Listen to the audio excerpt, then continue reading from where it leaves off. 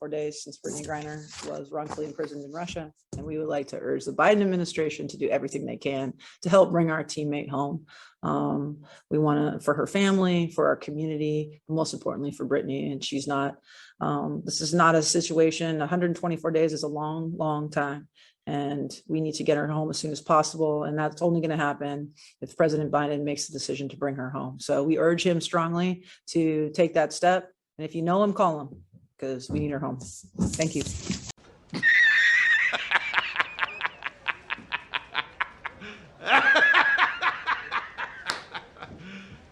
You serious? I mean, it was great, but like honestly, come on, LA. Like we didn't sell out the arena for BG. Like I expected more, you know, to be honest, right? Like it was great, it was loud, but how was it not a sellout? How was it not a sellout? But hello, ladies and gentlemen. Well, apparently we have a firing of a coach because she has been failing to really make a headway for her WNBA games. As you can see there, that she is mocking the fans for, not wanting to buy tickets or not having enough people there. But here's the thing.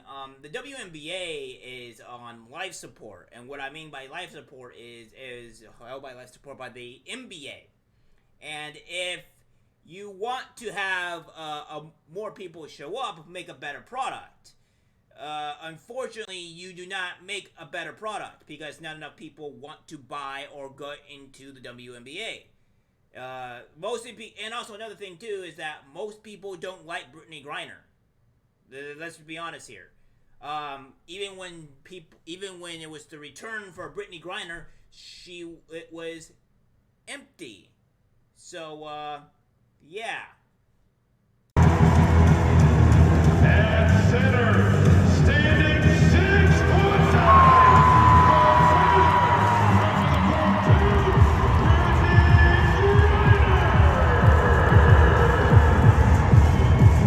A 5'6" guard from Utah.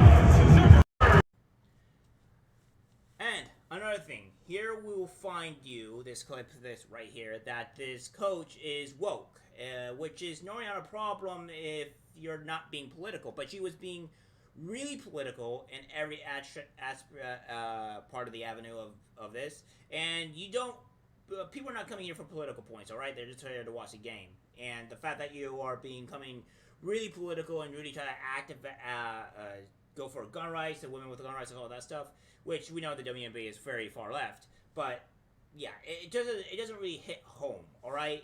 The people don't need this. So it's probably another reason why you might have been fired. Might.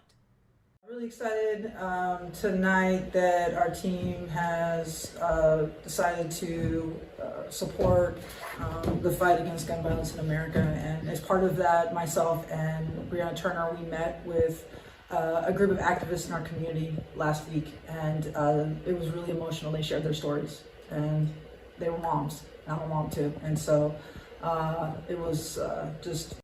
Okay. Hi, everyone. As everyone by now likely knows, yesterday there was an incident with BG and our team at the Dallas airport. No one should be a victim of targeted harassment. I'm grateful that our team and our staff are physically okay. And most of all, I'm grateful that BG has been back here in the United States for 185 days now. And if her being home makes some people mad, I think that obviously says more about them than it does about her. And you're wondering why, this is all happening and whatnot, and why there's not enough people. Well, first of all, not enough people watch the WNBA, so that's another thing. 2, people didn't really like Brittney Griner. And 3, we have this as well. Does the NBA subsidize the WNBA? And if we go down here, the WNBA's lack of profitability, the issue of the players' pay has been a thorny issue, and in one aspect of this discussion that have been pointed out is that the fact that since it was founded, the league has been operating in the red. NBA Commissioner Adam Silver stated in the 2018 that the WNBA had lost an average of $10 million each year that has been in existence, including $12 million the previous season. The WNBA signed a new collective bargaining agreement with the Women's National Basketball Players Association in 2020, which included a 53% pay rise for players.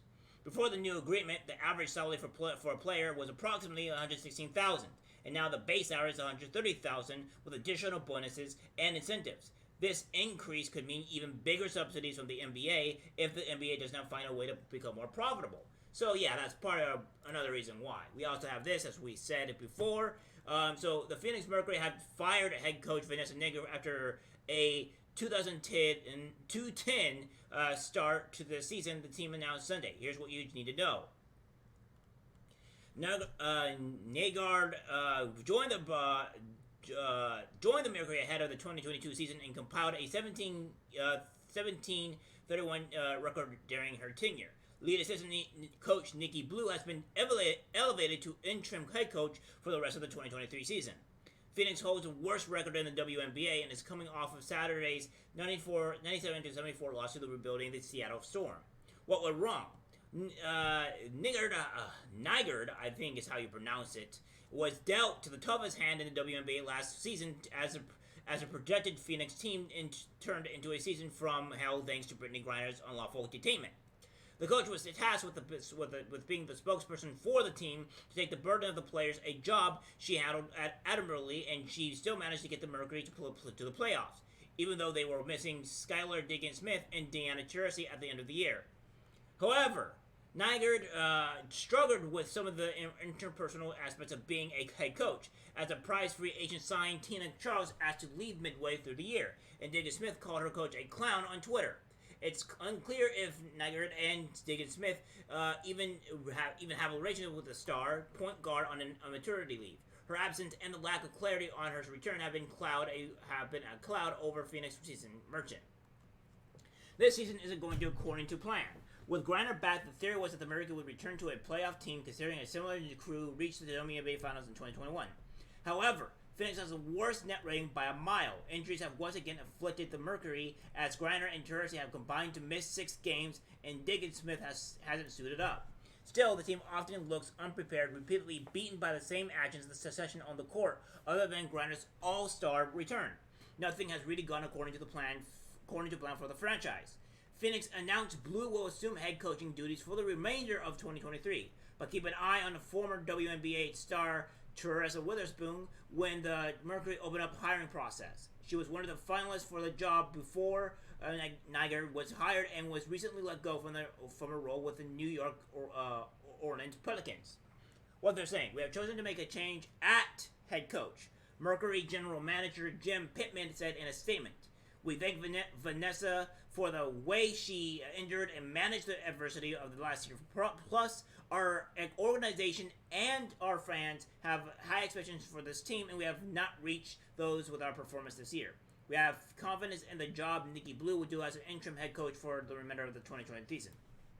So yeah, it's not good, but it's what you would expect from a woke activist. You know, that goes out and blames fans for why there's not enough people there. Well, one, I think your team is not doing great, and two, I think that you calling out the fans for not wanting to be there.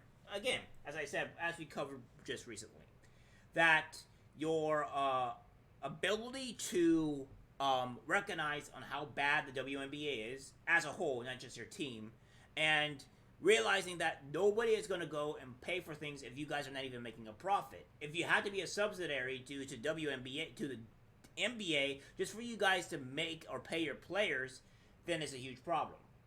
You guys need to upgrade your content or to do something as well. But there's nothing you can possibly do because, hey, you break it, the women's teams just don't produce enough revenue because they're not as good as the men and it's not as competitive. This is the same thing that's happening to League of Legends right now. League of Legends, at least in terms of the NALCS, has the lowest viewership across many of the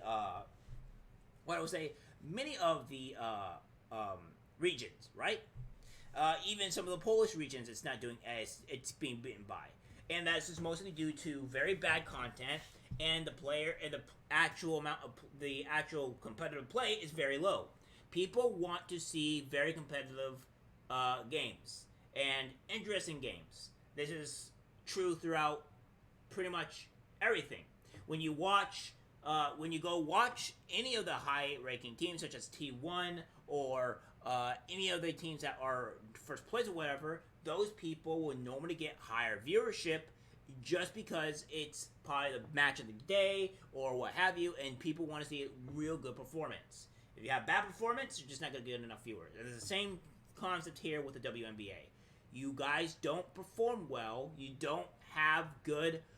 You don't have a very competitive game because it's honestly severely lacking compared to the NBA, where you have dunks and stuff like that, and it's just more fun to watch. So this is what you have to deal with. And if you didn't, I would like you guys to just not be subsidized by the NBA. I would like to see what happens, because I think we all know the conclusion to that.